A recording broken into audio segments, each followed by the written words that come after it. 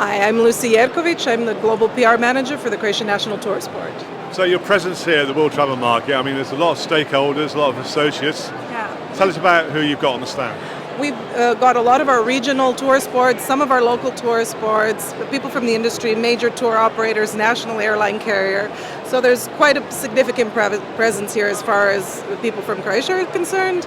As far as visitors to the stand, we had a lot of major meetings yesterday, continuing on in today, and there'll be still more tomorrow. So I think that we had to turn down a lot of people as well. So up to this point in time, how does this year's compare with last?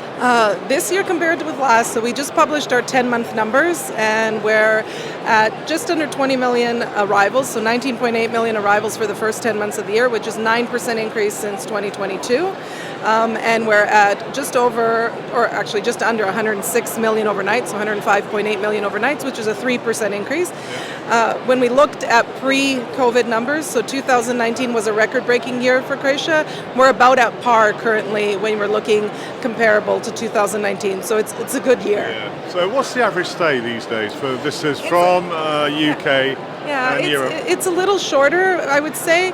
Some family stays that used to be, upwards of, 7 to 10 days are now under 7 days. They usually stay for the week.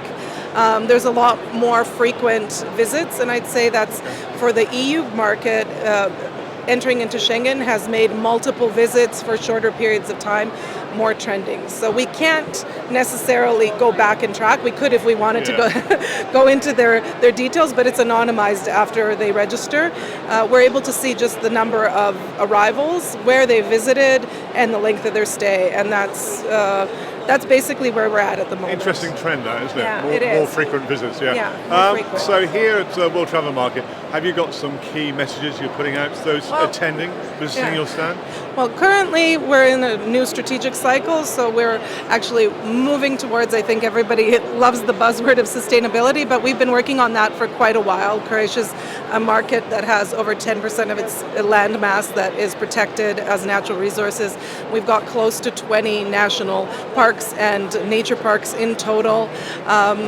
We're known for our clean sea, so it's always number one as far as cleanliness, for swimming waters and the seaside number of beaches with white and blue flags. And I would say that that's something that we have to continue to protect.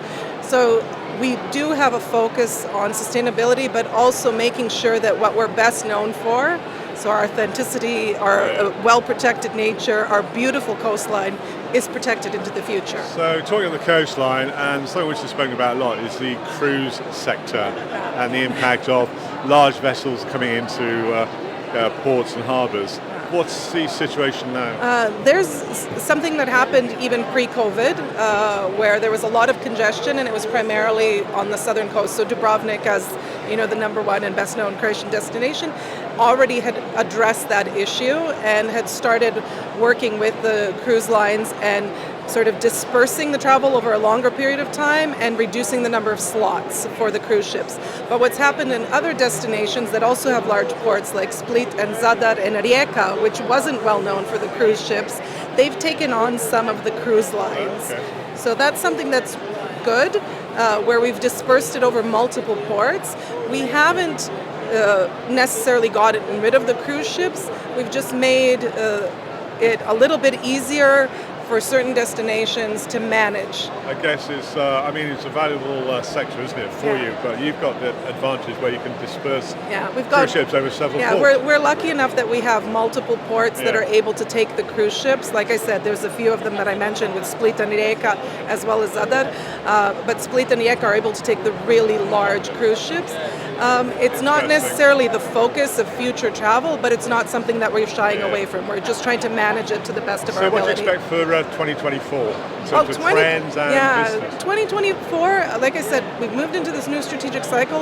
We're going to be rebranding. Whether or not Full of Life will stay is not certain at the moment, but we're definitely going to be focusing on different product segments.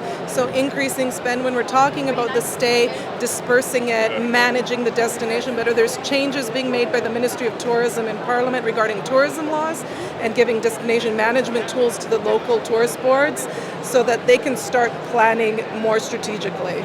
Okay, well, thank you for that Thank insight. you. Full of life, aren't you? So Yep. thanks very much. Trying to be. And an exhausting world travel market. So thanks very much. Thank Really you so appreciate your much. time. Thank you. Thank you.